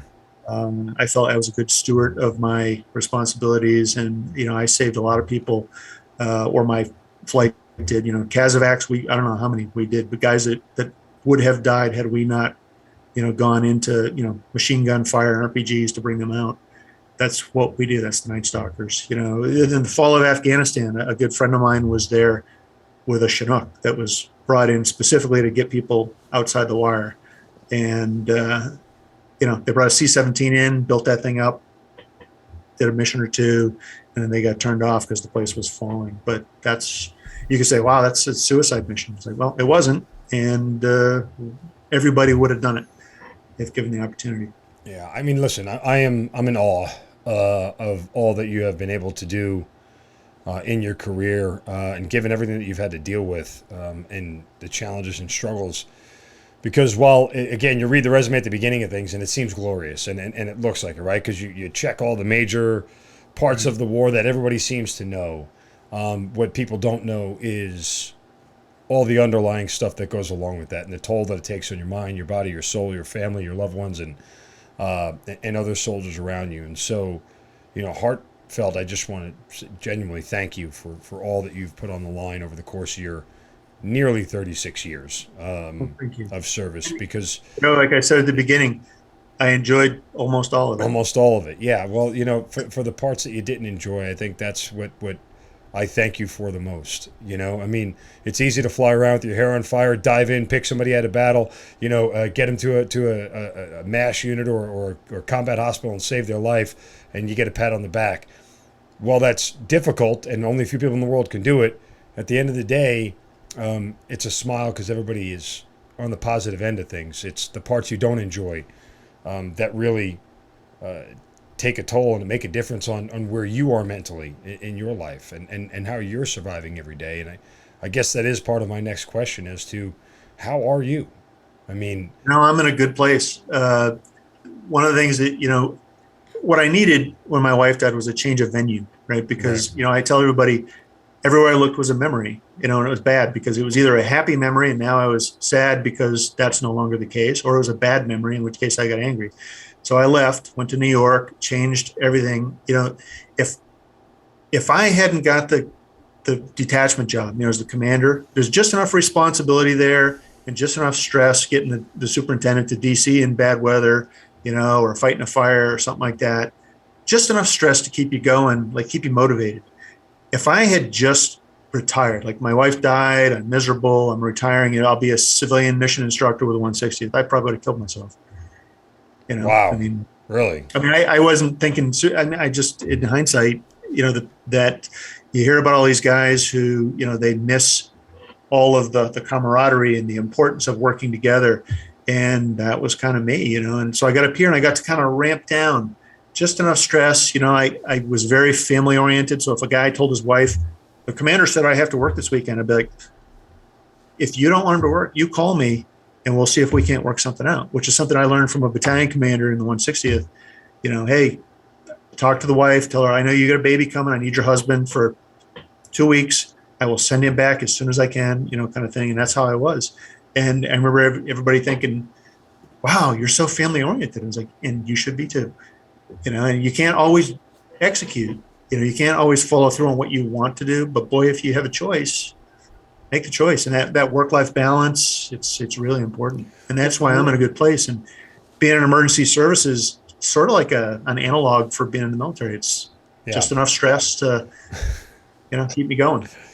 What have you told your kids about your experience in combat? What do they know?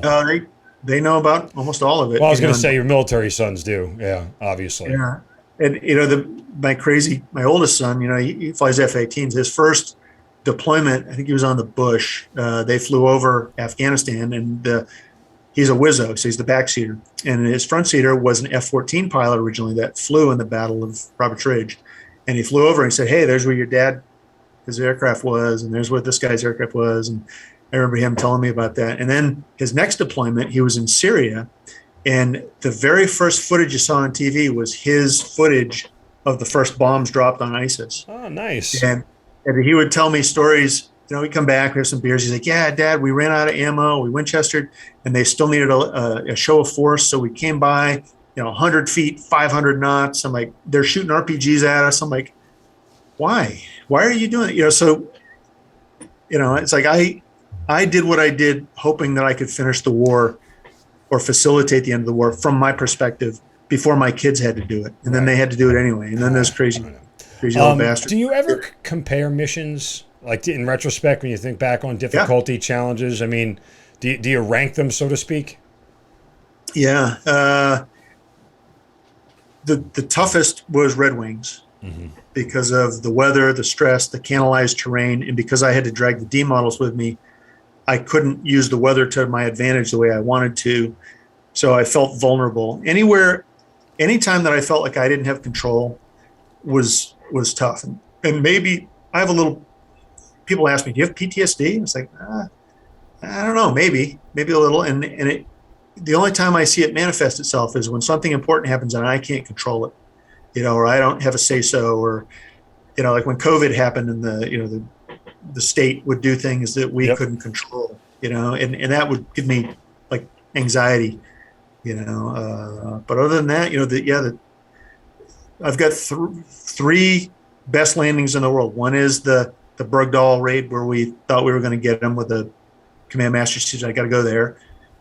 The other one was I rescued a Delta team, or with a Delta team, I rescued some SEALs near Jalalabad in the very beginning, landed in a very small area in a cloud of dust with machine guns being shot. And another time was a C-130 crashed in front of me during air refueling, and I picked up the crew on the side of a mountain. Those are the three best landings I ever stuck. And they're all associated with things, and right. It was an honor to do these things with the people. And even now, I kind of cut myself off from the community when I moved. I didn't want anything to do with that previous life. So when I moved, I threw away I threw away all my plaques and all that stuff. And I took pictures of them. So at least I had photos, but I didn't want an I love you all, in my house. I didn't want, with all my awards and all that stuff. I wanted nothing to do with it. And then when 12 Strong came out about the horse soldiers, I got invited to the premiere. And, when I started getting asked questions and, some of the fond memories came back, and I started opening up and I started meeting guys from the community again. And it just sort of, at some point there, I decided to write a book. It took like, that was my next question, by the way. So when does Razor 03 show up? Yeah. So I was with so Mark Nooch is the commander of the 595, right? He's all over the place now talking about that, so I can use his name. But he was writing a book, which he did, called Swords of Lightning. It's very good, by the way, if you ever get a chance. Written by him, Bob Pennington, and Jim DeFelice. So Jim DeFelice lives near me. He's the guy that wrote American Sniper. Mm-hmm. And so he was interviewing me for their book, and I was telling him some of these stories. And he said, you got some good stories. You tell a good story. Why don't you write a book? And I was like, I don't know. Like, the guys don't like, the community doesn't like the stories getting out there, and I don't want to get hated, And so it was a while. So I started writing a thriller, a fiction piece, and it was terrible, but it's a first effort, right? And it didn't go anywhere. But so here we are now at the premiere for 12 Strong, and I'm with Jim DeFelice drinking a bourbon, and he goes, all right, so the thriller didn't go anywhere. Write a memoir. And I'm like, Jim, they're going to hate me if I do it. He says, just do it. And I started like the week after that premiere, and it took roughly 2 years and another year of, trying to sell it and trying to promote it. And, a worldwide paper shortage, it comes out middle of September. I have a couple of advanced copies if you want one. You give me an address, I'll send you one. Great. But the experience has been interesting to say the least. So Major Taylor, who you had on I think the last episode, or at least the one I watched. Mm-hmm. Now retired Lieutenant Colonel Dave Taylor. Yeah. Yeah. So he was a major back in the day, and we did a couple of missions that were just fantastic. Some of them are actually in the book. There's a hostage rescue we did, and a mission out on the Iranian border where I took off without him. I was so excited to go. This guy, the guy we were going after, was somebody we said, if this guy ever shows up, we will drop whatever we're doing. We're going to go get him, right? And the weather was so bad, nobody else could go get him. And everybody wanted to go, right? Back at Balad, the Blackhawks wanted to go, and I was out in Ramadi with Dave. And we got offered, hey, Al, if you think you can do this, we'll let the Rangers do it instead of the guys out of Bragg. And I was like, oh, yeah, I could do this, right? So we planned the mission. We run to the aircraft. I get it all fired up. They say, F ready, forward ready, and I clear for flight. And I took off. And as I'm turning toward where we're going to go, the guy in the jump seat says, Al, are we going to bring the ground force? I was like, of course we are. This was a weather check, so I come back and I land, and the Rangers had no idea. By the time they walked out, I was back on the ground, and I told Dave about it during the after action review. I was like, hey, I took off without you. So that was funny. That's it. That's it. The book, that whole thing. Yeah. But I love the Rangers. Big guys. Well, look, again, the book is Razor 03, A Night Stalker's Wars. You can get it, obviously, anywhere that books are sold. Beyond that, you can go to Alan's website, alancmack.com, for more information on, your career and everything else. And obviously, the book is linked there as well. But I am, as I said earlier, all is the best word. I'm in awe of all that you have done. It has been an amazing, amazing journey. And I hope, for your sake that, as you mentioned before, you're in a good place and that you're thriving now.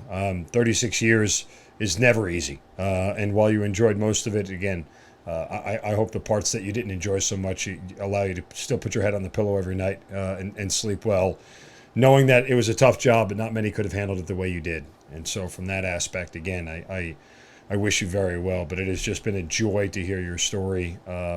Thank you so much for doing this. I'm so humbled by this whole thing.